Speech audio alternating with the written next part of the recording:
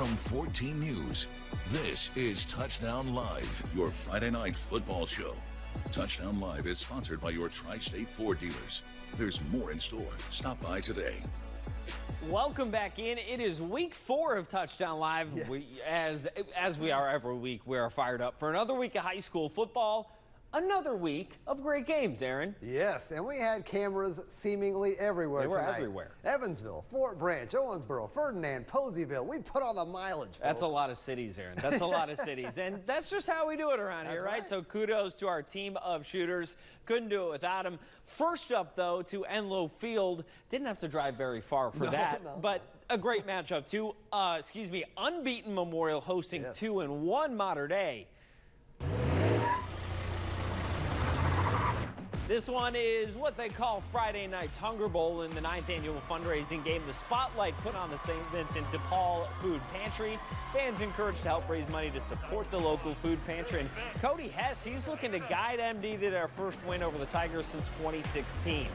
In the first quarter, though, Tigers have it. Good snag there and a toe tap by Luke Dockery. That drive would stall, though. Nothing happening. Skip the first quarter. 7:46 in the second. Third down, Memorial.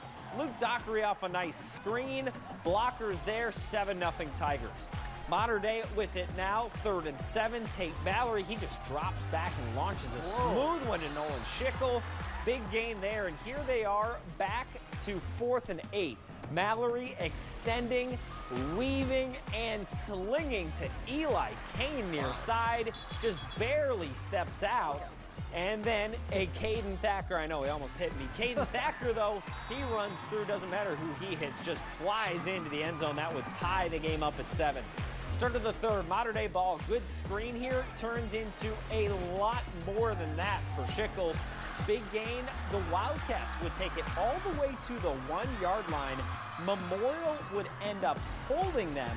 So that would bring up, here's the hold, that would bring them to 4th and really less than a foot. Look at that. That's about an inch.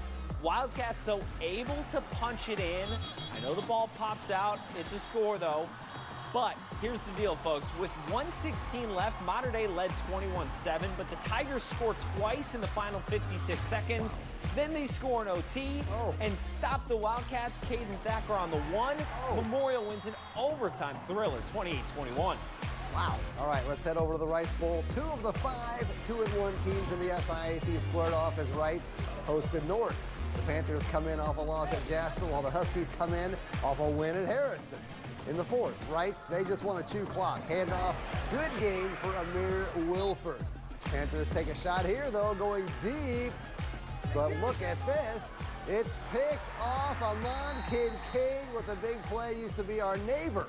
Huskies have to hurry now. Jaden Jones floats this ball to Cole McBride.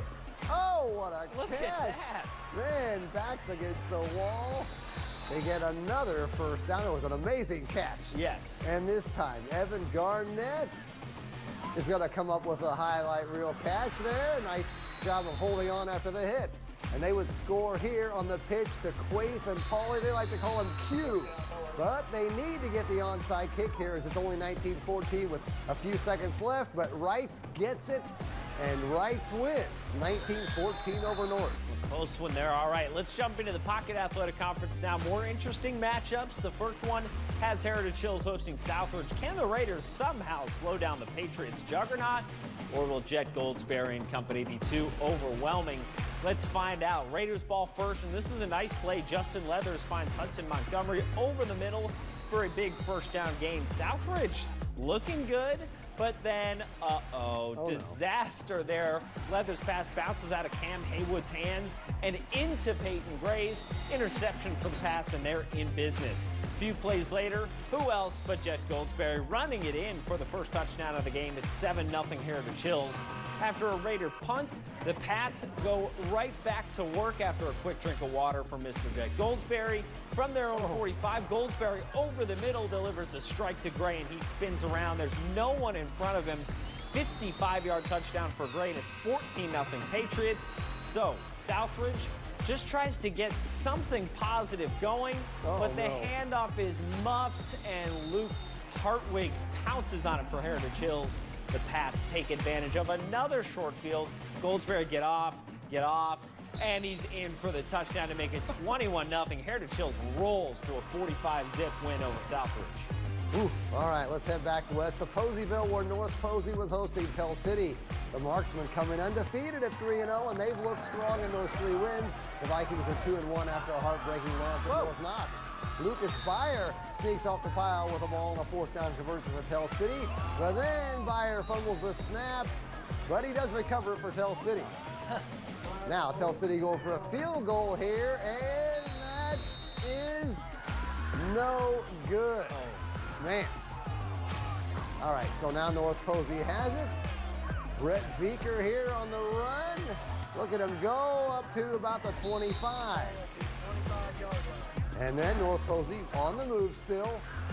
They're going to throw it up to Dylan Murphy. He has made some amazing catches this year, and that is a touchdown for the Vikings. Beautiful job there. Ethan Ashby with the PAT. North Posey goes on to win it 38-21 over Tell City. All right, let's keep it rolling in the pocket. Let's head over to Boonville now for the interconference matchup as the Pioneers step out of league play, actually, to take on North Knox. So just one PAC team here. It's a battle of 2 solid 2-1 squads. And look at this. Start of the second half, Boonville up 28-0. Pioneers and Grant Davis. Big break up the middle. Boonville now up 35-0 after that. North Knox will look to respond as Cooper Lemberg airs one out to Tyler Clark, who will get hit and fall hard, but somehow holds onto the ball. A few plays later, Cooper will keep it himself and run it in for the Warriors' very first points of the matchup. The Pioneers would go on to block the extra kick attempt, and they go on to win it 35-6.